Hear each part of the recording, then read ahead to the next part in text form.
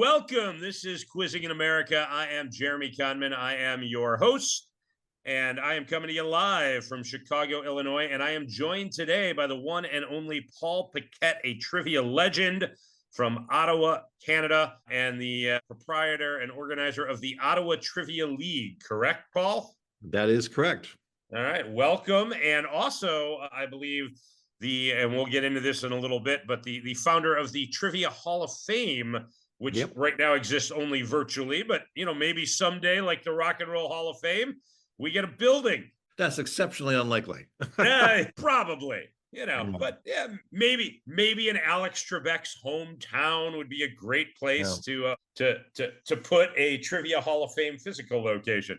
Anyway, Paul, you have been running trivia in Ottawa for how long now? I think 27 years, 28 years.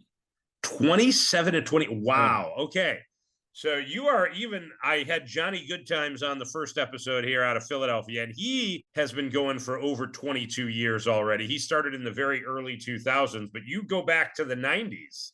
Well, recently there was a guy who was with us in the beginning, who was a university student who I reconnected with a few months ago, who's now clearly into early middle age, and it was really disconcerting. Well, I mean, you probably have children of people you've hosted trivia for that can now play your game in the bars. And I don't know if you've seen that happen.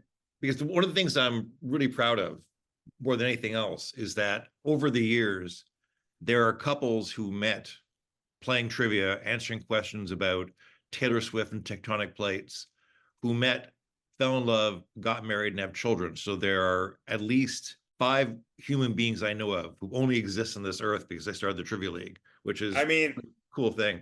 That's pretty amazing, right? And have you ever officiated a wedding for any of those couples or anything? Okay. 2, actually. Yeah. Very nice. Yeah. And then, so how did you get into this? Because obviously nobody says, I'm going to grow up and be a trivia host or a quiz master, or you write trivia questions, or most people don't. So what got you started in the 90s when you first started hosting? So the origin story is my wife and I both did a trivia job for a tech guy who's become something of a small deal. I won't name him, but we had all these questions that we still own the rights to. And I was thinking, well, how can we repurpose this material and keep making money from it? And the 2 things that came up, one was the website, which triviahalloffame.com, and the other was the Ottawa Trivia League. And at this point, I had never been to a trivia night. I'd never seen a trivia night. So I just sort of improvised the format. So whereas most places, it's like 10 rounds of 10, with us, it's a round of miscellaneous multiple choice and a round of open-ended questions. And the advantage of that from where I sit is it allows me to tailor more of the questions to more of the audience. Because it's really important to me that the questions reflect the people playing it. So I'm able to micro-target different demographics within the league so that everybody feels that they have a place at the table. And so you call it the Ottawa Trivia League. Are there weekly standings, monthly standings? Do you have a championship at the end of every quarter or every season? Or so again, not being aware of how other people do things, we have one game that runs the course of the week that I spend all week working on and writing. And the idea with that is we have, I think, 25 locations now. So the idea is if you can't play at one spot, you can play somewhere else and still see how you would have done citywide. So every week I put out a list of the top 5 teams citywide. There's a 10-week season based on points, and there's a trophy that people can look at after the end of 10 weeks. And, so there are intercity rivalries among the really good teams, and they do check the ratings to see how they're doing. Now, so you run the same game like Monday, and the same game is on Thursday, right? Yeah. So let me ask you this: have you ever had it come up where you have somebody who goes to the Monday game, plays under one name, and then goes to a different place with maybe a different host on Wednesday or Thursday and knows all the answers? I'm sure it has happened, but it's more rare than you might think. One thing that I have the host do as a fun thing, and not a check on cheating at all, is we get a photo of the winning teams and put them on the Facebook page in a lot of the locations. That's a bit of a break. But I find actually if people are going to cheat, what happens more often is just before we read the answers, they have a sudden urge to go to the bathroom, and that's tend to be more of an issue than anything else. But the other thing that strikes me is cheating is much less of an issue now than it used to be, because it used to be that we had a real problem. If someone had their cell phone out, they were absolutely Googling the answer. And it seems now that the crowds are much better behaved and much less inclined to cheat. We had one guy, this is going to work on a podcast, but he had an Apple Watch. And what he would do is the questions, he would put his hands behind his head and repeat the question close to his Apple Watch and look at it. And what was remarkable is the team, when they caught him doing it, they exiled themselves for the rest of the season. And when they came back without him and with a new name. Oh, So, wow. yeah. So, I mean, cheating can happen, but the stakes are sufficiently low. It doesn't really matter. Most of the places you get a gift certificate, maybe $25, which, I guess is significant. But even though I know it's possible, I don't think it happens a lot. Well, I agree with you. Yeah. I mean, I've been doing this 15 years, and I think I've seen more accusations of cheating than I have actual instances of cheating. Yeah, exactly. I'm not saying it never happens, because I've caught people cheating. I know it happens. Yeah. But it is a rarity. Yeah. It just, most people that are going out to play trivia want to test themselves on what they know. They don't want to just show off and cheat their way to a victory. So the advantage of it too, from my perspective, is I can spend a lot of time working on that particular game. And what also happens is Monday night, which is the first night of the week for us, is in a way a bit of a play test. Like we run the game and I say, oh, you know what? This could have been worded better. This could have been a little bit different. So we can hone the game on Monday. So it's really in tip-top shape Tuesday forward. So you do tweak the game a little bit sometimes if you're like, oh, this question would have worked better this way. After Tuesday, I try not to, because then it becomes a bit of a thing. But often on Monday, or there'll just be small typos. Like we had one this week about the castle where the Traitors is filmed, that I had to letter off. And that's something we can fix pretty easily. Sure. Yeah. And then how many questions are in your game when you run a full game?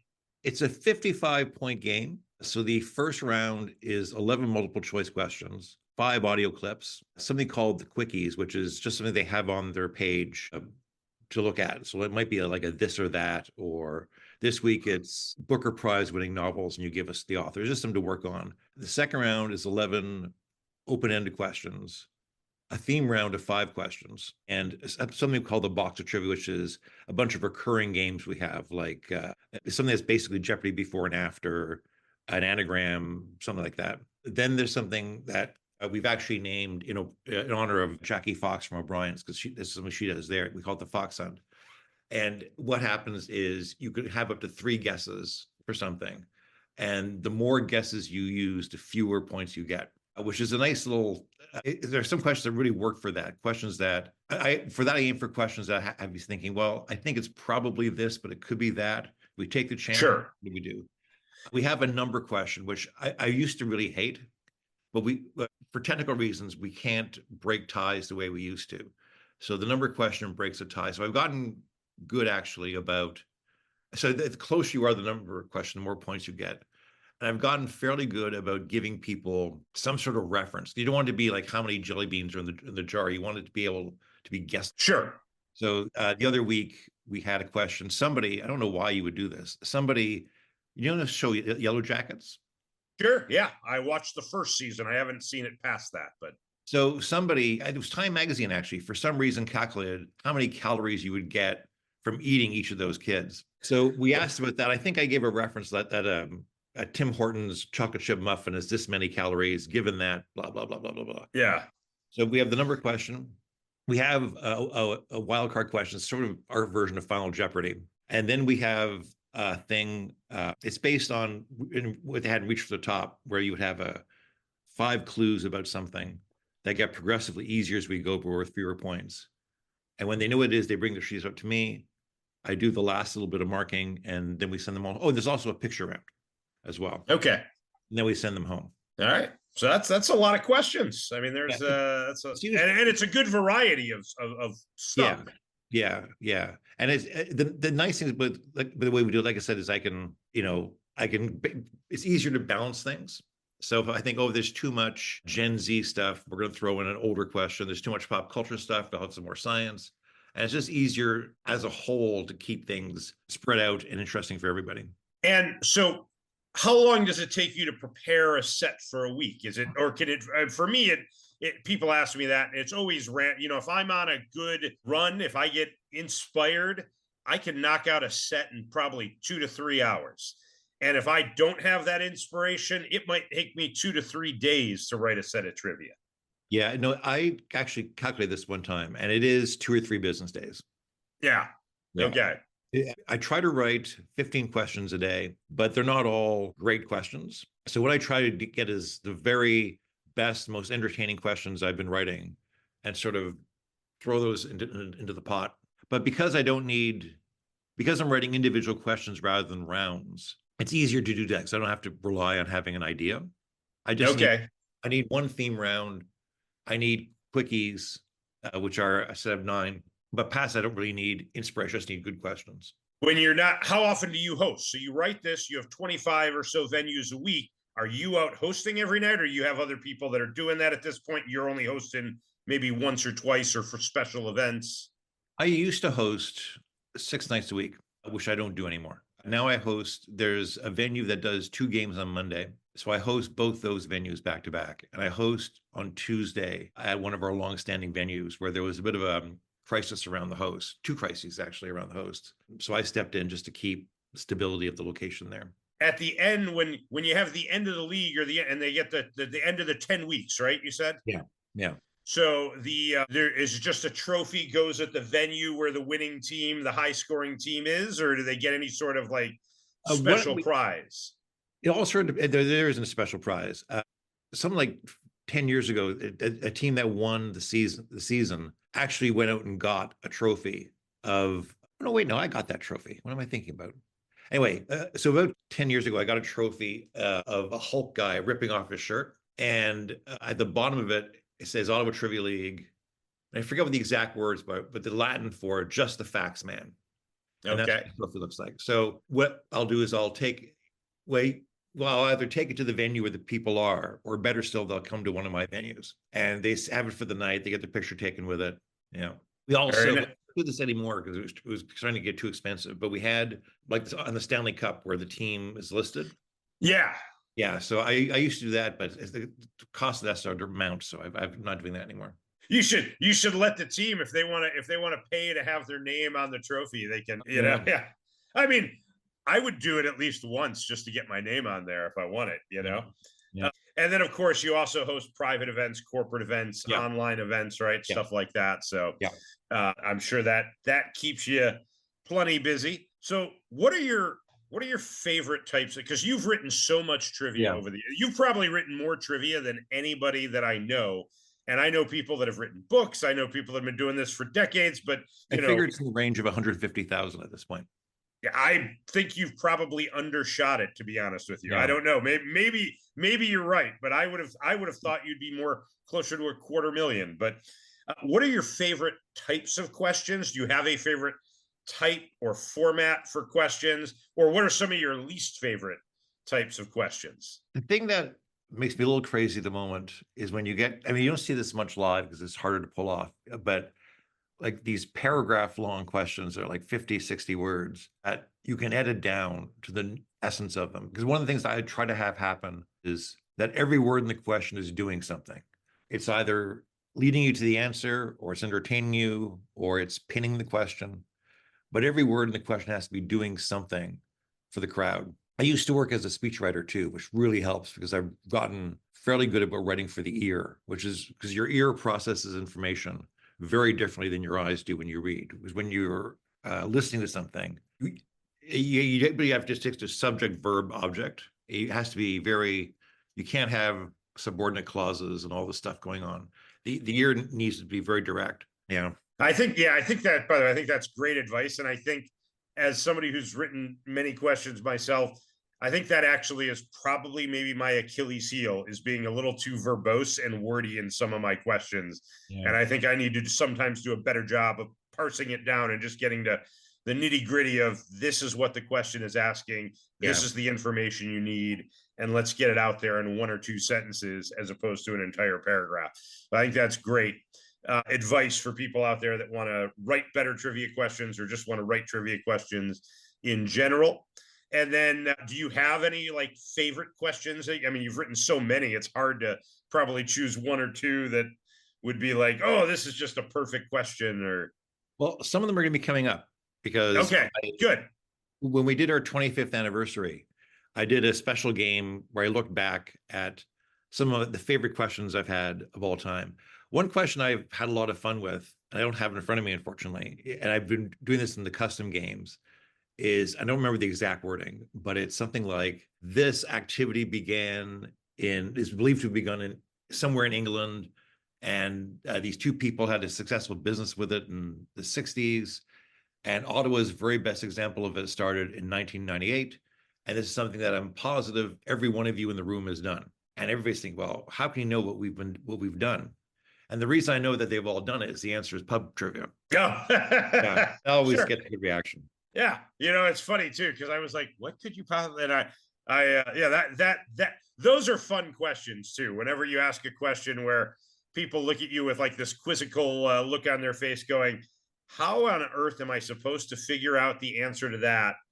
And then at the end, it's like, "Oh yeah, that's probably the only answer that makes sense, and I could have thought of that, but I didn't." Another favorite thing I've been doing in the custom games is we have a music round. So we'll have, 3 tracks from different eras and whatnot. And the third one will be Neil Diamond's Sweet Caroline.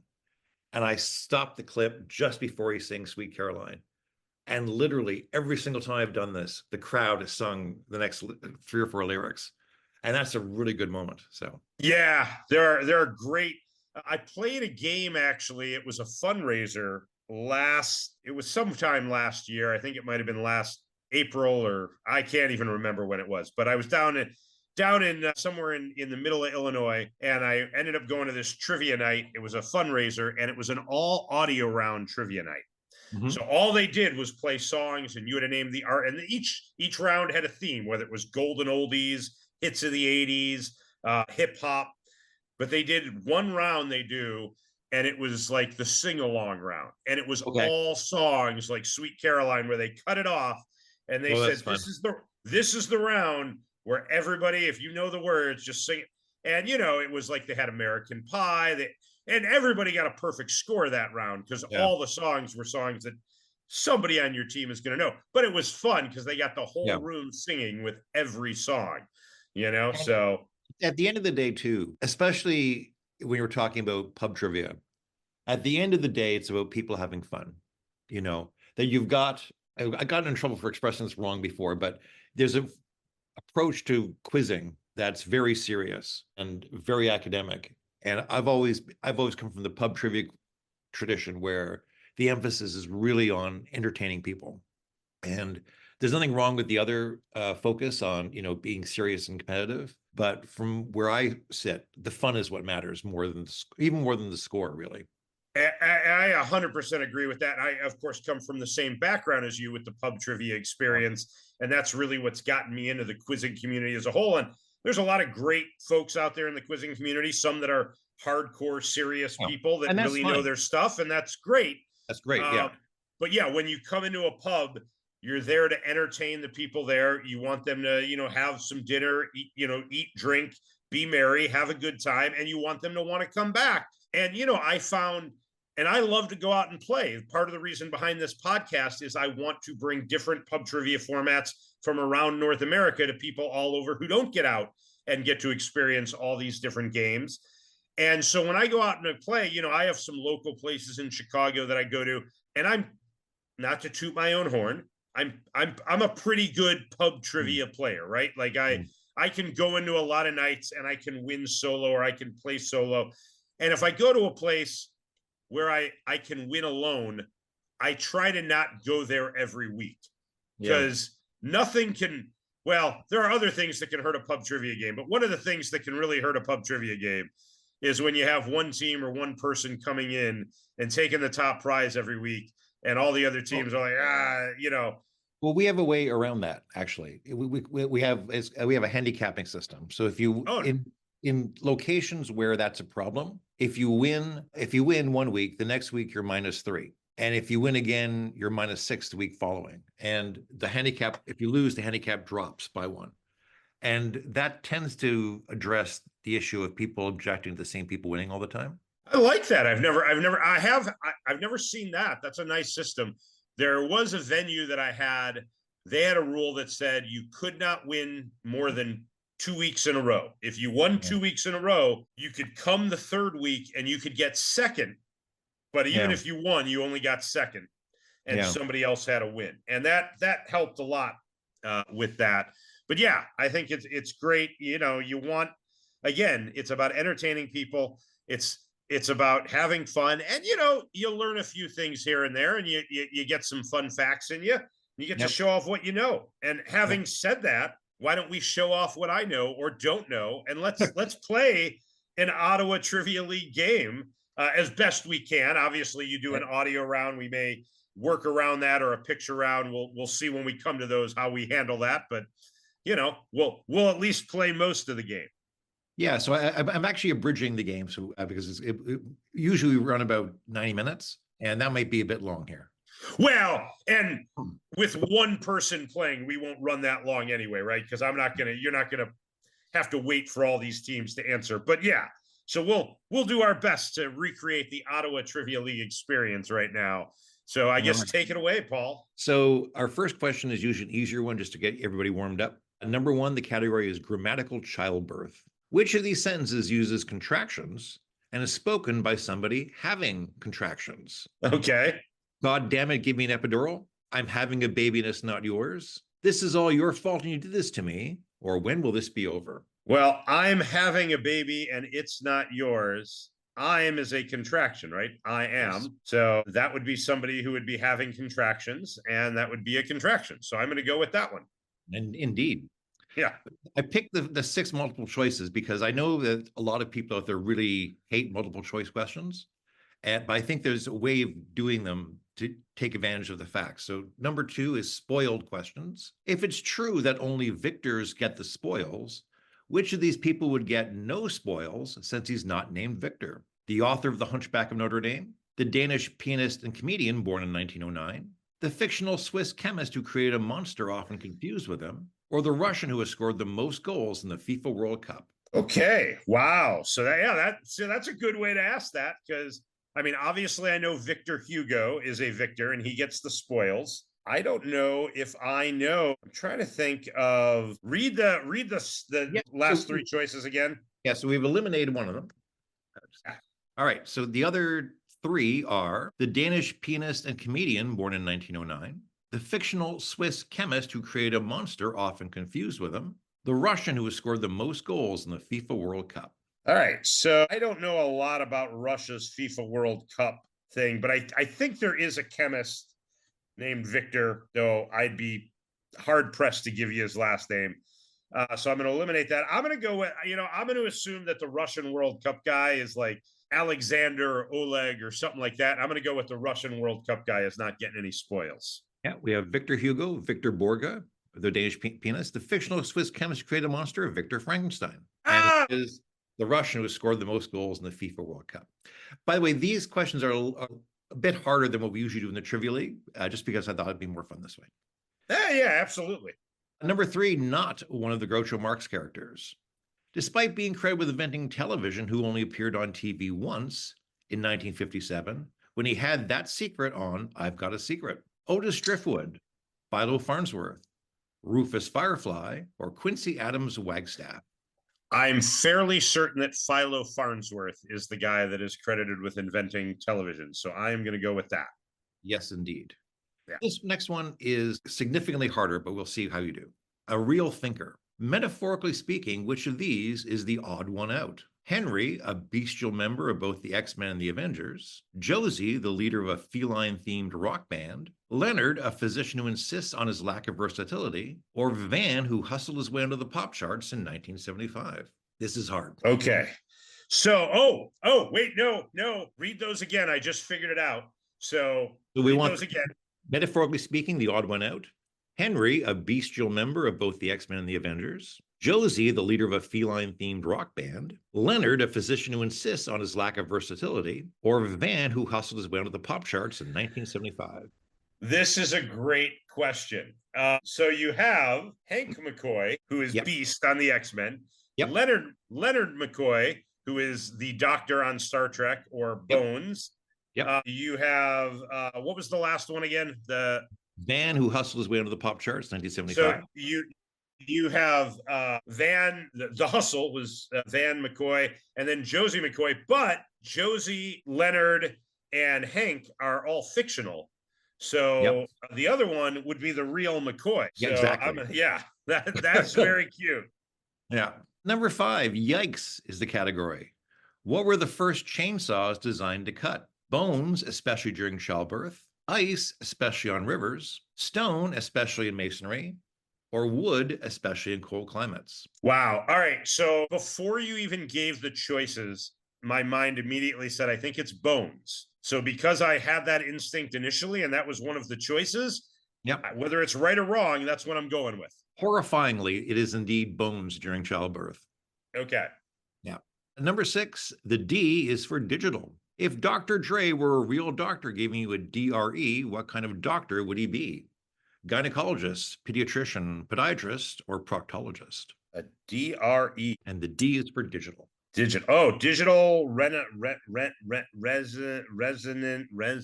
Read the. Gynecologist, pediatrician, podiatrist, or proctologist. Oh, proctologist. Yes. I think it's a digital rectal exam. This is also an example of the kind of thing that we're not doing as much anymore. Because it used to be that when we started, I had a question I used to just love, which was something along the lines of, if you're having trouble finding Mount Clitoris, clue, and the answer is that it's in the Philippines. And that used to get a massive laugh every time I did that question. And I'm finding in the climate now, people are not into that kind of thing. So we don't do that kind of stuff anymore. Yeah, I mean, it definitely, I think times change and sensibilities change. But, digital rectal exam is going to be funny, I think, no matter what. I don't know. And I think that's a cute way to ask that question, especially with the Dr. Dre reference and everything. I think that's a lot of fun. So I'm going to put an example of the quickies into the chat. Okay. This isn't going to work as well with the podcast because it's one of these things where when you see it on the page, it's a lot easier to dope out, but I will read them out anyway. Sure. So the 10 items are 24, Vancouver Park, named for its second mayor. 23, the entire universe in this moment. 22, Led Zeppelin's last album, 1982. 21, home to a roaming community. 20, Toxoplasma gondii, for example. 19, Silent Spring, for example. 18, fluids fit their space. 17, reflected nocturnal sunshine. 16, focused theatrical illumination. 15, Harvey, attorney at law. Okay, right now, before you post them, there are two things that I know from what you just said. And so I believe I know what this is. Yeah. So I'm going to take, these are best picture winning films because Led Zeppelin's last album is Coda and Harvey is Birdman, attorney at law, and Birdman and Coda are both best picture winners. Yeah. So I don't know if the numbers you gave correspond to the year they won best picture. They do. Okay. So I like that. That's very clever. And you can post that away and I can try and give the answers to the rest, I assume, at some point. In the chat. Oh, okay. Put them in the chat. Interesting. Don't see them. Oh, that's weird. Did you hit enter? Oh, hold up. Let's do that. This should do it. There we go. All righty. So now I have to remember what won all the best picture award. Home to a roaming community is Nomadland. Yep. Silent Spring is going to be a Green Book. Yep. Toxoplasma gondii is going to be Parasite. Yep. The entire universe in this moment, Everything Everywhere All at Once. By the way, I hated that movie. Okay. Vancouver Park, named for its second mayor. Apparently, there's an Oppenheimer Park in Vancouver. Let's see. We have a Green Book, Fluid Fit Their Space, so The Shape of Water, Reflected Nocturnal Sunshine, Focused Theatrical Illumination. So Moonlight and Spotlight. So we have Birdman, Spotlight, Moonlight. Shape of Water, Green Book, Parasite, Nomadland, Coda. This is, by the way, great because the Oscars are coming up. Everything Everywhere All at Once and Oppenheimer. That is a lot of fun, especially because I'm a kind of a little bit of an Oscars and movie buff myself. And I was when I heard the last Led Zeppelin album, that's what really triggered it. I was like, oh, that's Coda. Oh, wait, I think I know where he might be going with this. Yep. No, it was a lot of fun when we did in the pubs, for sure. Yeah. So now we've got some open-ended questions. 7, this is some CanCon, unfortunately. 7 things you never noticed before. Tim Horton died in a drunken car accident. Given this, what accidentally horrifying name does his eponymous restaurant chain give to his donut holes? Those are Timbits. That even I know. Yeah. But I've lived here all my life, and it was only like 10 years ago when an American friend of mine saw Timbits. Oh, didn't he die in a car accident? That's pretty terrible. Yeah. 8, you can probably guess when I wrote this one. Lockdowns make you crazy. There are 2 Stanley Kubrick movies in which 3 characters are isolated and basically locked down. And in both those movies, one character tries to murder the other 2. Name both the movies. Well, obviously one is The Shining. We're being very liberal about what a character is, I should add. Okay, so 2001: A Space Odyssey is Hal the character? Yeah, okay. Yeah. 9, the category is spelled SEVOM. Pantoliano Joe and Moss Carrie Ann, Pierce Guy co-stars film what? Oh, cute. That is Memento? Yes. Yeah. 10, not a greatest hits album. Who released Best of the Beatles, a 1965 album that contained no music by the Beatles? Ooh. So I don't know this at all. I'm wondering if it's, oh no, I know what it is. Light bulb just went on. Is it the sometimes referred to 5th Beatle, Pete Best, who would be the best of the Beatles? Yeah. 11.